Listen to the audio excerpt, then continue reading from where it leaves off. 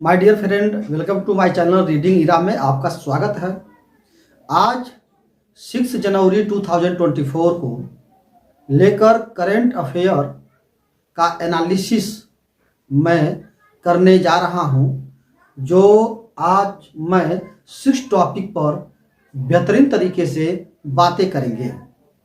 और टॉपिक क्या है आप देखें। पहला टॉपिक जो है वह रघुराम अय्यर को भारतीय ओलंपिक संघ के सीईओ बनाया गया, इस पे आज हम बात करेंगे।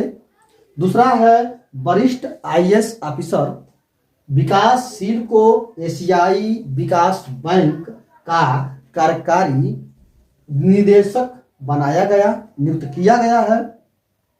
तीसरा है इसरो ने PSLV C58 के POEM 3 प्लेटफार्म पर ईंधन सेल का परीक्षण किया।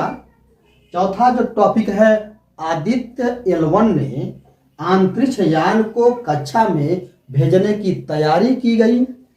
फिर पांचवा है अरुणाचल प्रदेश में 3 उत्पादक को GI टैग मिली है। और छठा जो है वह है आपका बिटाल से। छठा जो है वह है बिटाल से लिक्विड नेचुरल गैस को गेल कंपनी ने करेगी आयात। इन 6 टॉपिक्स पे मैं आपको डिटेल में बताऊंगा। अब मैं बात करूंगा रघुराम अय्यर अब रघुराम अय्यर को भारतीय ओलंपिक संघ के सीईओ नियुक्त किया गया है। अब वह अखिल भारतीय फुटबॉल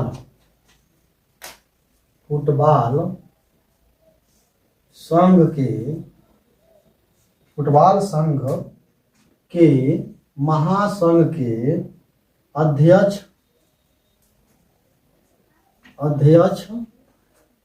फुटबॉल के अध्यक्ष और आईओए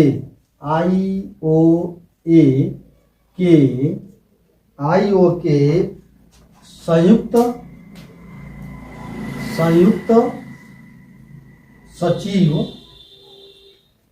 सचिव कल्याण चौबे के स्थान लेंगे।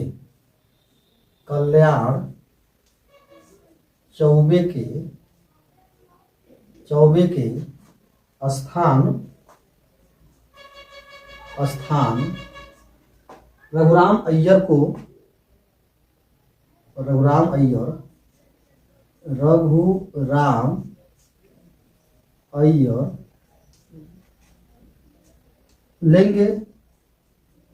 लेंगे। और जो क्या है सीईओ का अस्थाई पद प्रभार क्या कर रहे थे, संभाल रहे थे। यही क्या कर रहे थे, संभाल रहे थे। आईओ ने शुक्रवार को कहा सावधानीपूर्वक विचार करने और शॉर्ट लिस्ट में दिए गए है ना। रघुराम अय्यर को चुना गया, यानी यहाँ पर सर्वसम्मति से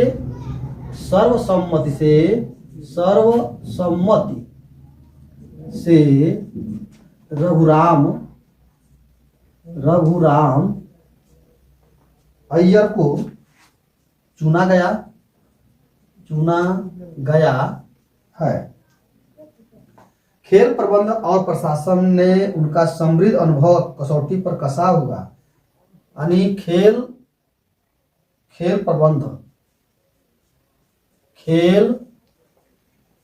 प्रबंधन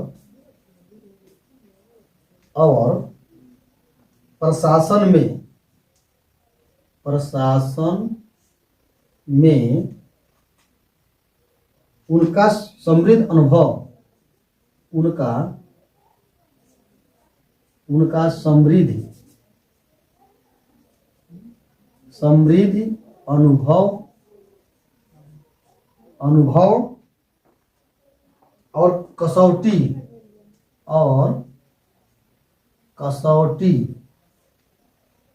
और कसा हुआ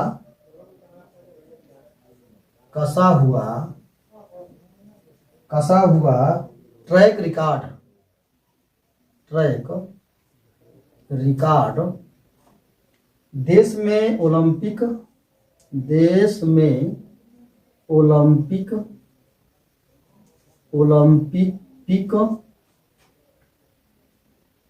खेलों को बढ़ावा देने के लिए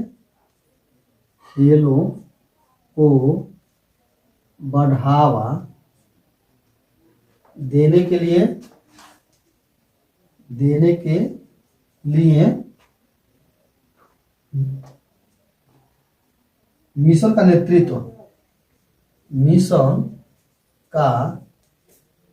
नेतृत्व जो है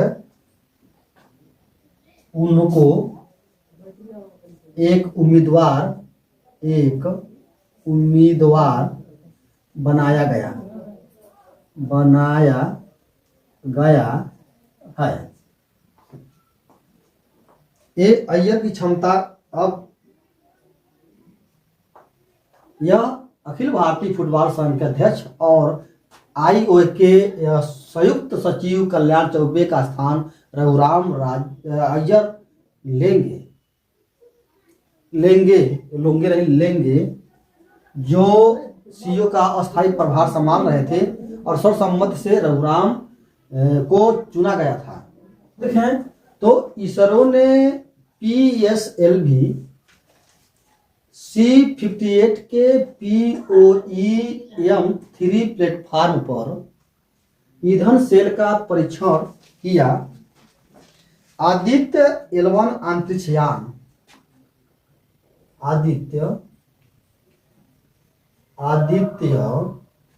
L1 अंतरिक्ष यान को कक्षा में भेजने की तैयारी की गई है।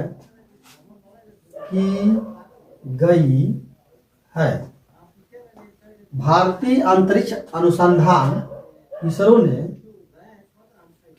ने सूर्य का अध्ययन करने के लिए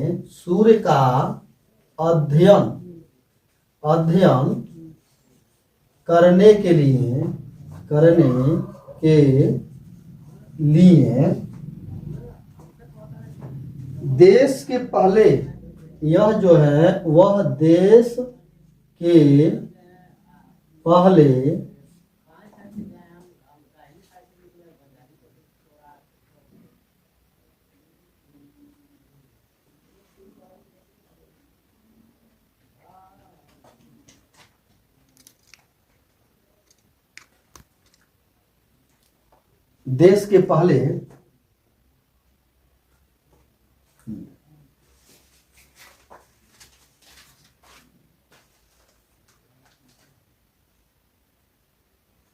अंतरिक्ष आधारित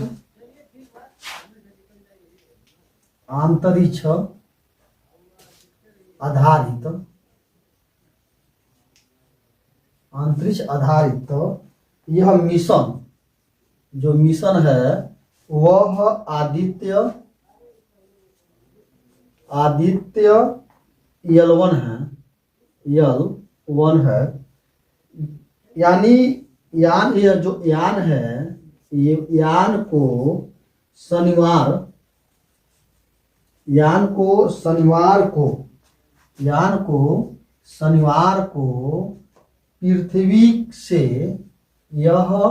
पृथ्वी से लगभग 15 लाख किलोमीटर दूर जो है अपनी यानी उसकी दूर अपनी अंतिम गंतव्य कक्षा में स्थापित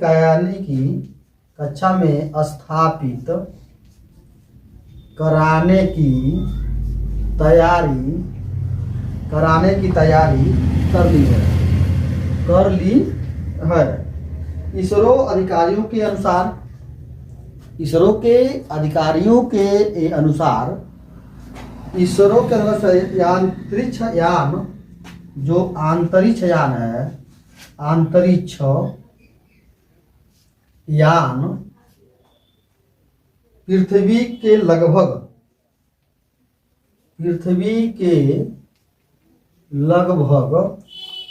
15 लाख किलोमीटर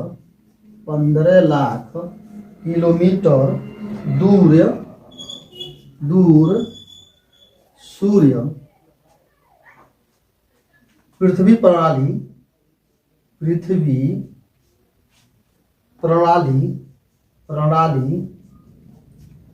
प्रणाली के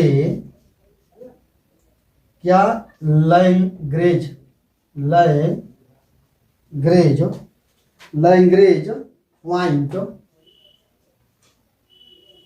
पॉइंट 1 इसे कहते हैं L1 लैंग्रेज पॉइंट L1 के आसपास के जो आसपास एक हेलो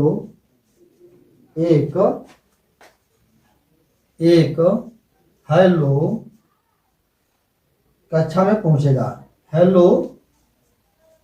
में पहुंचेगा। अब इसके बाद ये होगा L1 पॉइंट पृथ्वी और सूर्य के बीच की कुल दूरी का लगभग 1% है। अब ना ये जो L1 है, L1 वह सूर्य और पृथ्वी, L1 जो है वह सूर्य और पृथ्वी की जो दूरी है की दूरी का 1% ही पहुंच पाएगा। क्या करेगा? प्रतिशत लगभग दूरी बीच पृथ्वी और सूर्य के बीच की कुल दूरी का लगभग 1% है। L1 सूर्य और पृथ्वी की दूरी का 1% लगभग है। तो यह रहा। अब क्या है? अब अरुणाचल प्रदेश में 3 उत्पादक का GI टैग, 3 उत्पादक का GI टैग मिल गया है। अब देखते हैं कि अरुणाचल प्रदेश की अदरक, अरुणाचल प्रदेश की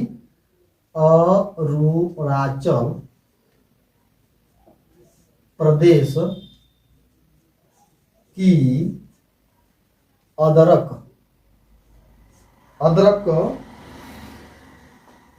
पहला। दूसरा है हस्त निर्मित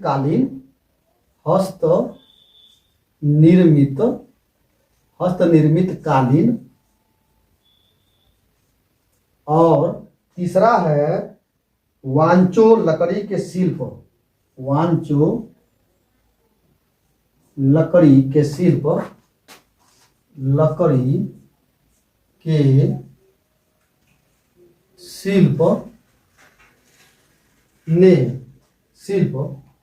इनको क्या हुआ? भौगोलिक संकेत GI, जिसे हम कहते हैं भौगोलिक संकेत GI, भौगोलिक संकेत इंफॉर्मेशन यानी जियोग्राफिकल इंफॉर्मेशन टैग हासिल कर लिया है। इनको क्या होता है? टैग हासिल कर लिया है। ये तीन चीजें, और अदरक, हस्त निर्मित कालीन और वांचो लकड़ी की शिल्प, ये तीन जो चीजें हैं वह भौगोलिक संकेत टैग हासिल कर ली है। चलिए, है वहां के मुख्यमंत्री, अरुणाचल प्रदेश के मुख्यमंत्री पेमा खांडू, मुख्यमंत्री पेमा खांडू ने यह घोषणा कर दी। पेमा खांडू ने घोषणा किया है, घोषणा कर दिया कि अरुणाचल प्रदेश में अदरक को स्थानीय तौर पर आदि केकरी के नाम से जाना जाता है। एक कह दिया, अदरक को क्या किया गया, अदरक को स्थानीय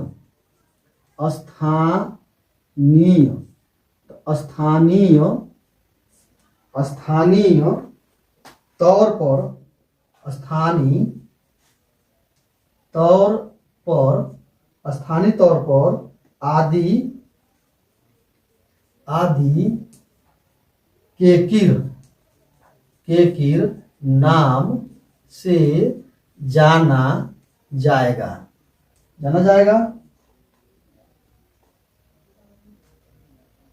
भौगोलिक संकेत जीआई, भौगोलिक संकेत जीआई उन उत्पादों का इस्तेमाल किया जाने वाला एक संकेत है जिनकी एक विशिष्ट और जिनकी एक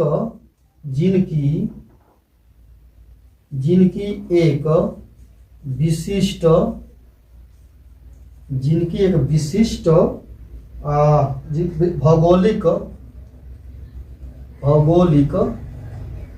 भौगोलिक उत्पत्ति के कारण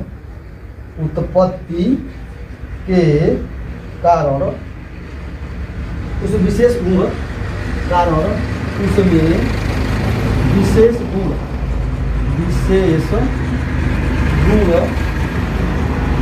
गुण जो होगा वो विद्यमान होगा, तो उसका विशेष महत्व होता है और उसका विशेष महत्व होगा या महत्व होती है। अगर मुख्यमंत्री ने बृहस्पतिवार को यह साझा करते हुए खुशी जाहिर की है कि आदि अदरक, हस्तनिर्मित कालीन और वांचो लकड़ी की स्थिति को भौगोलिक जीआई टैग मिल गया है।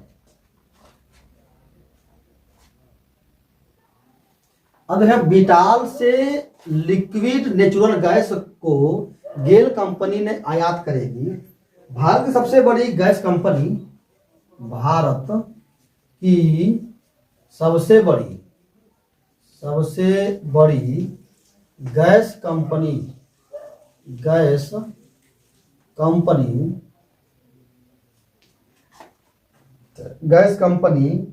गेल इंडिया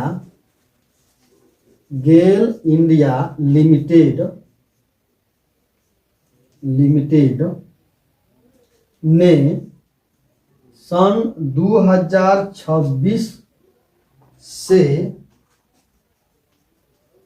अगले 10 वर्षों के लिए नीदरलैंड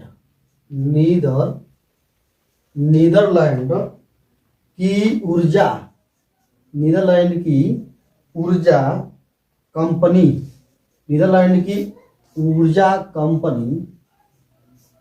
बिटाल से प्रतिवर्ष लगभग 10 लाख टन जो है वह एलएनजी की खरीद करेगी और वह उस पे समझौता हुआ है और उस पर एक बहुत बड़ी समझौता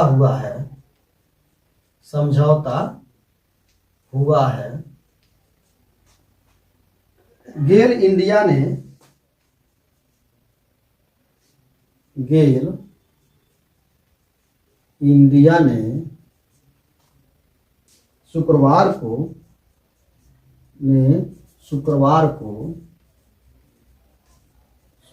एक बयान दिया। इस सौदे के तहत विटाल जो है, vital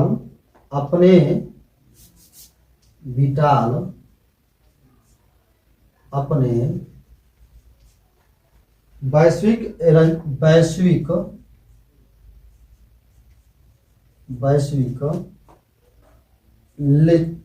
liquid natural gas portfolio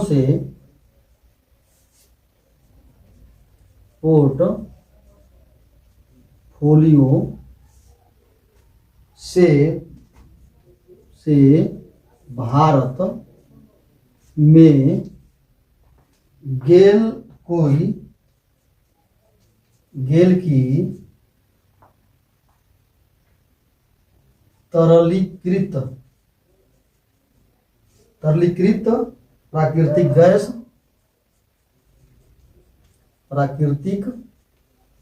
gas की आपूर्ति करेगी